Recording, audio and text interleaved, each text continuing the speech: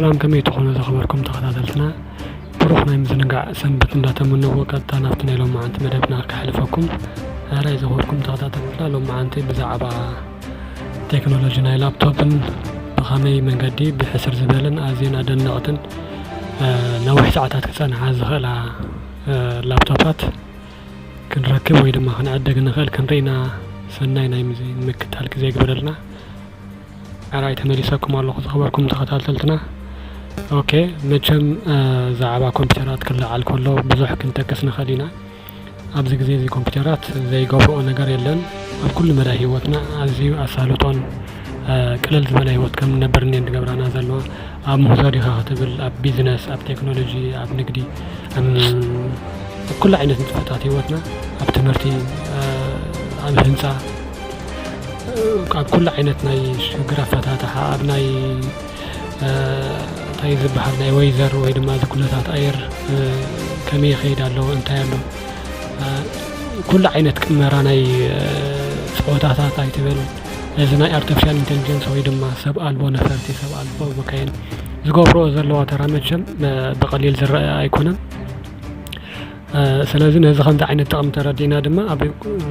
ديلينا هيوتنا ويدما أفتح معلتاونا هيوتنا من نوابرو كمبيوتر كم تدلينا أزيرو دو نجاري أبزق زي بفلاي دما أنا عندنا هذا خمسة عين التكنولوجيا دما أزي عقداسي بالتكنولوجي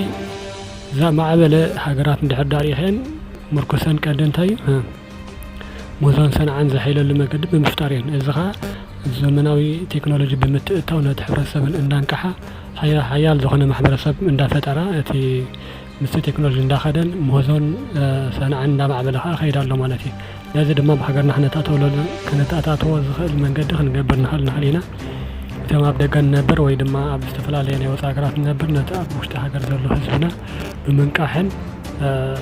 ناي تكنولوجيا قربت بموداد دما نتأب على درجة إحنا متسعين خلينا نزي بمصنعنا دما لو ما أنتي بخمي من قدي أزي حسر واقع أزين بلوسات كمبيوترات على داقة هنركب نخلن كنت كمل نخلن زبل كنرينا سناينا مكتال قزي هاراي مجمريا كافتي نايلو ما أنت مدبنا غريب يزلوها 10 كمبيوترات زين 10 كمبيوترات زين بخمي من قداب داقة سارفايف قبل لوا من هنا بخمي من قد نرخب نخل كنرينينا مالتي هاراي بقدامي درجة أبزي سريعية زلوخو مالتي بغطان رايو بقدامي درجة سريعية زلوخو لينيفو كروم بوك دويتي اتبال ويدما لينيفو لابتوب مالتي إذا لابتوب زيا بتاعت $500 يا تشيت اتناتا تصبقه كل دما نرأيه مالتي هاي إذا لابتوب زيا براند ويدما ناي لينيفو كامباني هنا كتاب 4GB رام اللوا 3 باوند ويدما تحت 1 كيلوغرام تمزن واقع حساب $340 ويدما $350 بيصح سايزا حساب 10 إنشي بيصح نحسبه 10 إنشي بيصح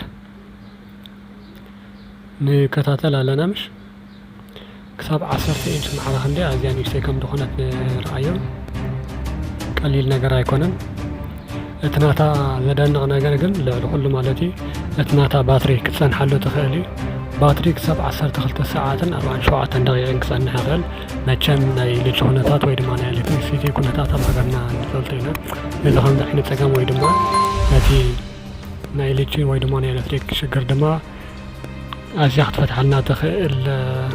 وينا تساريح زلا قال اتناتا ديسبلاي ويدما اتناتا نتصارنا سكرين شحن شاتي 220 بشحن 80 مالتي إذا فول اتش دي كرينا زخي العقم اللوا قال كنري زلنا مالتي ازياده نغي نغرات دما اتناتا جرافيكس ARM G7 MP3 زبحال ناي جرافيكس عقم ويدما عينات اللوا سابورت قبل دما موبايل تكنولوجي USB-C زبحال سابورت قبله بدما قليل نظر يكونن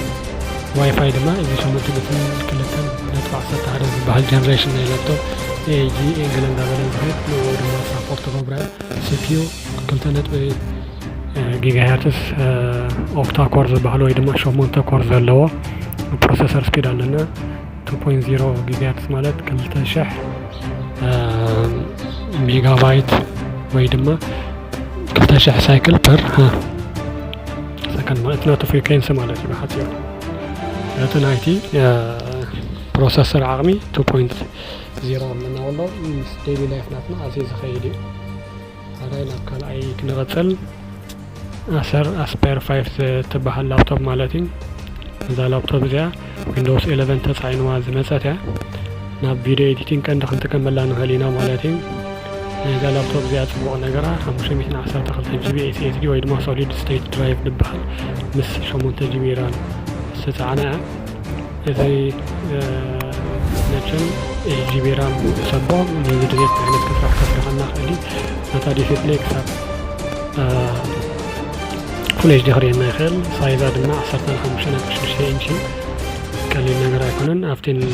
ሃይ ዝበሃል ስኬል ዘለዎን እዮም ማለት እዩ ባትሪ ላይፍ ክሳብ 8 ሰዓት ክፀንሕ ዝኽእል ዓቕሚ ኣለዎ ፕሮሰሰር ስፒድ ወይ ድማ እትናተ ናይ ምግባር ዓቕሚ ክሳብ ኮራይ 7 ኮይኑ ብንታይ ዝበሃል 12 ጀነሬሽን ወይ ድማ መበል 12 ወለዶ ናይ ኢንተል ካምፓኒ ዝተሰርሐ እዚ ድማ ኣዝዩ ምስ ቴክኖሎጂ ዝኸይድ ማለት እዩ ናት ናይ ቪድዮ ጌሚንግ ወይ ድማ ናይ ግራፊክስ ወይ ምስ ኤዲቲንግ ዝተሓሓዝ ዓቕሚ ንምስራሕ ዝኽእላ ድማ ኒቪድያ ዝበሃል ናይ ግራፊክስ ሶፍትዌር ኣለዋ ማለት እዩ እዚ ድማ ዝኾነ ዓይነት ዓበይቲ ሶፍትዌራት ከስራሕና ዝኽእል ዓቕሚ እዩ እዚ ከዓ እቲ ቀንዲ ንኤዲተራት ንተምሃሮ ገለ ኣብ ሶፍትዌር ገለ ዝሰርሑ ክጠቕመና ትኽእል እያ ማለት እዩ ካልእ እንድሕር ዳ ርኢናዮ እቲ ናታ ብራንድ ኣሰሪ ኩሉ ርኢና ኢና ሕብሪ ዝተፈላለየ ሕብሪ ኣለና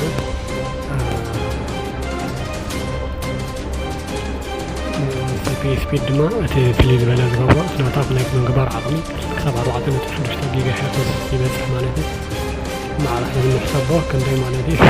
4.600 ሜጋባይት ሳይክል ፐር ሰከንድ ማለት እዩ ዝኻ ቀሊል ኣይኮነን ንዝናትና ቴክኖሎጂ ተርኢናዮ ማለት እዩ ንቐፅል ኣብ ካልእ ላፕቶፕ ክንሰግር ኢና HP ላፕቶፕ HP 14 ላፕቶፕ ዝበሃላ ሞዴል ድማ ንሰግር ኣለና ማለት እዩ እዛ HP 14 ትበሃል እንታይ ዓቕሚ ኣለዋ ድማ ልክዕ ከምታ ናይ ዝሓለፈ ክንሪኦ ኢና እዛ ላፕቶፕ እዚኣ ክሳብ 16 ጂቢ ራም ኣለዋ 1 ቴራባይት ሶሊድ ስቴት ድራይቭ ማለት እዩ እዚ እቲ ዝበለፀ ናይ ፋይል መቐመጢ እዩ ኣብቲ እንታይ ዝበሃል ኖርማል HD ወይ ድማ ሃርድ ድራይቭ እዚ ብዝተፈላለየ ዕፅፊ ብዝበለፀ ዕፅፊ ናይ ፍጥነት ናይ ፋይል ምስጋር ዓቕሚ ኣለዎ እዚ ሶሊድ ስቴት ድራይቭ ዝበሃል ማለት ክሳብ 2-3 ታይምስ ብውሕድ ማለት እዩ ብዕፅፊ ዓቕሚ ኣለዎ ካብ 1 ቴራባይት ሃርድ ዲስክ ክትገዝእ 256 ጂቢ ሶሊድ ስቴት ድራይቭ ወይ ድማ SSD ክትገዝእ ሕሸካ ካልኣይ ራም ክሳብ 32 ጂቢ ክበፅሕ ዝኽእል ቦታ ናይ ምግባር ክሳይ ኣለዎ ማለት እዩ ናይ ምቕማጥ ክእለት ኣለዎ ብ16 ጂቢ ክሳብ ብ8 ጂቢ ክሽየጥ ካልኣይ ግን ክሳብ 32 ጂቢ ክንውስኸሉ ንኽእል ኢና ማለት እዩ እዚ ድማ ቀሊል ኣይኮነን ዲስፕሌይ ድማ ፉል ኤችዲ ኣዝዩ ብሪሊየንት ዝኮነ FVA ዝበሃል ኣዝዩ ንፁር ዝኾነ ቪው ኣለዎ 14 ኢንች ዲያጎናል ዲስፕሌይ ድማ ዓቕሚ ኣለዋ ናብ ዝኾነ ዝተፈላለየ ቦታ ንሕና ንኽንኸይድ ይኽእለና ማለት እዩ ሱፐር ስፒድ ወይ ድማ ኣዝዩ ፈጣን ዝኾነ ታይፕ ዩኤስቢን ታይፕ ሲ ድማ ክትሕዝ ትኽእል እያ ማለት እዩ ግራፊክስ ፕሮሰሰር ኣትናታ ብኤኤምዲ ዝበሃል ካምፓኒ ዝተሰርሐ ክሳብ 3250 ሳይክል ድማ ክኸይድ ይኽእል ማለት እዩ ቀሊል ነገር ኣይኮነን ኣብቲ ሓፂር ዝኾነ ስፔሲፊኬሽን ንሪኢና ካብ 128 ጂቢ ክሳብ 1 ቴራባይት ናይ ሶሊድ ስቴት ድራይቭ ዓቕሚ ዘለዎ ከዳልወልና ክእል እዚ ናይ ላፕቶፕ ሞዴል ማለት ናይ HP 14 ሞዴል ራም ካብ 8 ጂቢ ከም ዝበልኩኹም ክሳብ 32 ጂቢ ኣለና ኦፐሬቲንግ ሲስተም ድማ ዊንዶውስ 11 ተፃዒና እያ ትመፅእ እትናታ ናይ ምግባር ዓቕሚ ናይ ፕሮሰሰር ስፒድ ድማ ክሳብ 2.6 ጂቢ ክሳብ 2.6 ጊጋሄርትዝ ዓቕሚ ኣለዎ الحقليل ነገር አይኮንም ናታ ዲስክ ዝበለጸ ነገር ግን በሶሊድ ስቴት ድራይቭ ስለዝኾነ ከምቲ ዝሓለባ ዝረአነ አራይ ናብ ካልእ ክንሰግር ኢና ዳል ኢንስፓየርን 3511 15.6 ማለት እዩ ወይ ድማ ታች ላፕቶፕ ስክሪን ታች ማለት እዩ እዚ ተሪእና ዳል ኢንስፓየርን እንታይ ኢለኩም ዳል ኢንስፓየርን እዚ ናይ ሞዴላት ስሚ ብዙሕ ኣይተገደሰሉ ዳል ኢንስፓየርን 3511 15.6 ኢንች ማለት እዩ እትናታ ናይ ስክሪን ዲያጎናል ስክሪን ሳይዝ ኩሉ ግዜ ስክሪን ዲያጎናል ይዘአቀል ኣብ ኮለና መንጎ ቲፕ ኮነና ማለት እዩ ካልኣት ዛናይዛ ላፕቶፕ ፍልይ ገብራ ታች ስክሪን ዓቕሚ ኣለዋ ንኸይድ እትናታ ናይ ሃርድ ዲስክ ካፓሲቲ ድማ 256 ጂቢ ናይ ሶሊድ ስቴት ድራይቭ ዓቕሚ ኣለዋ ማለት እዩ ቀሊል ነገር ኣይኮነን ክሳብ 2 ቴራባይት ድማ ዓቕሚ ክውሰኸ ይኽእል ማለት እዩ እዚ ሶሊድ ስቴት ድራይቭ ዝበሃል ክሳብ ሶሊድ ስቴት ድራይቭ ኮይኑ ኤችዲ ዝበሃል ከኣሎ ከውን ብልፅ ዝበለ ማለት እዩ እዚ ሌቴስት ቴክኖሎጂ ዝኸደልናኹም ዓይነት ዓቕሚ ኣለዎ ራም ድማ ብኤችጂቢ ተፃዒና እያ ትመፅእ ዘላ ክሳብ 32 ጂቢ ክወስኽ ይኽእል እዩ ስክሪን ሳይዝ ክሳብ 15.6 ጂቢ ኣብቲ መጀመርያ ከም ዝገለፅኩ ማለት እዩ 15.6 ጂቢ ፉል ስክሪን ኤችዲ እዚ ቀሊል ክሳብ ኣይኮነን ዘለዎ ነዚ ኩሉ ዓቕማ ድማ ክሳብ 6 ሰዓት ካብ 4 ክሳብ 6 ሰዓት ባትሪ ክፀንዕ ይኽእል ማለት እዩ ክልተ ድማ ዩኤስቢ 3.2 ፖርትስ ኣለዋ ዩኤስቢ 3 ዝብል ቴክኖሎጂ መጪም ንፈልጦ ኢና ዩኤስቢ 2 ዩኤስቢ 3 ገላ ክንብል ንኽእል ኢና ኣብቲ ናይ ትራንስፈር ስፒድ ወይ ድማ ኣብቲ ናይ ዳታ ትራንስፈር ኣዝዩ 4 ክሳብ 5 ዓፅፊ ካብቲ ዝሓለፈ ወለዶ ዘቕልጠፍ ማለት እዩ እዛ ከምዚ ዓይነት ዓቕሚ ኣለዋ ካልእ ፕሮሰሰር እንታይ ዓይነት እዩ እንድሕር ናይ ዚኣርየናኻ ኮር ኣይ 5 ኮይኑ መበል 11 ወለዶ ጀነሬሽን ወይ ድማ 11 ጀነሬሽን ኣለዎ ኳድ ኮር ወይ ድማ 4 ናይ ምግባር ክእለት ዘለዎን ኮራት ናይቲ ሓንጎልናታ ወይ ድማ ናይቲ ሲፒኻ ኣብ ዘለና ማለት እዩ እቲ ናታ ናይ ክሎክ ስፒድ ወይ ድማ ናይ ምግባር ፍጥነት ድማ ክሳብ 4.2 ካብ 2.4 ክሳብ 4.2 ጊጋሄርትዝ ስፒድ ኣለዎ እዚ ከዓ ኣዝዩ ፈጣን ዝኾነ ክሳይ ማለት እዩ ከም ሕስራ ቤላ ክገልፀልኩም እታ ብራንድ ደልያ መበል 11 ወለዶ ጀነሬሽን ናይ ፕሮሰሰር ክሳይ ኣለዋ እትናታ ፕሮሰሰር ስፒድ ዓቕሚ ከዓኒ ካብ 2.4 ክሳብ 4.2 ጊጋሄርትዝ ስፒድ ኣለዋ ራም 8 ጂቢ ተፃዒና ኣላ ክሳብ 32 ጂቢ ክንዕብየ ንኽእል ኢና እቲ ናታ ናይ ራም ወለዶ ድማ እቲ DDR4 ዝበሃል ሌቴስት መፅኡ ዘሎ ሓደ ካውኢ እዩ ልዕሊ እውን ኣሎ እንዲ ግን እቲ ኣብዚ ግዜ እዚ ኣብ ፍጥነት ዝርከብ ናይ ቴክኖሎጂ ድማ እሱ DDR4 ዝብል ክሳይ ኣለዎ ማለት እዩ ሃርድ ድራይቭ ወይ ድማ እቲ ሃርድ ዲስክ ዓቕሚ 256 ጂቢ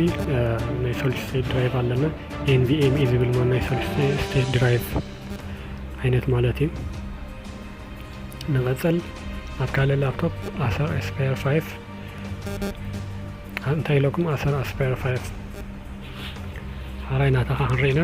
ክሳብ 512 ጂቢ ሶሊድ ስቴት ድራይቭ ዓቕሚ ኣለዋ ራም ድማ 8 ጂቢ ተፃዒና መፅኣ ኣላ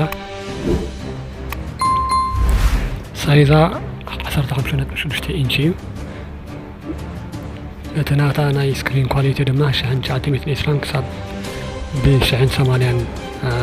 ናምበር ኦፍ ፒክሰልስ ወይ ድማ ዶትስ ኣብቲ ስክሪን ዝርከብ ማለት እዩ ኣዝዩ ንፁር ማለት እዩ ፉል ኤችዲ ኣዝዩ ደስ ዝብል ሰሓቢ ዝኾነ ትርኢት ድማ ክስበና ይኽእል ባትሪ ክሳብ 8 ሰዓት ፀንሓልና ምስ ናይ ዓድና ልጫ ኣዝዩ ጠቃሚ ይኾነልና ማለት እዩ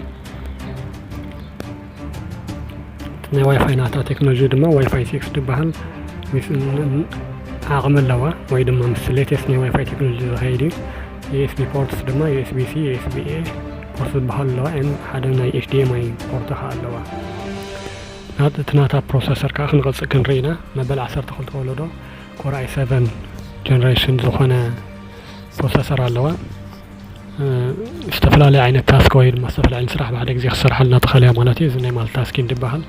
ንግራፊክስ ንኤዲቲንግ ኣለኻ ንቪድዮ ዝበሃል ቴክኖሎጂ ዝተፃዕነ ናይ ስፒድ ነታ ናይ ግራፊክስ ክወስኸልና ዝኽእል ዓቕሚ ዘለዎ ቴክኖሎጂ ኣለዋ ማለት እዩ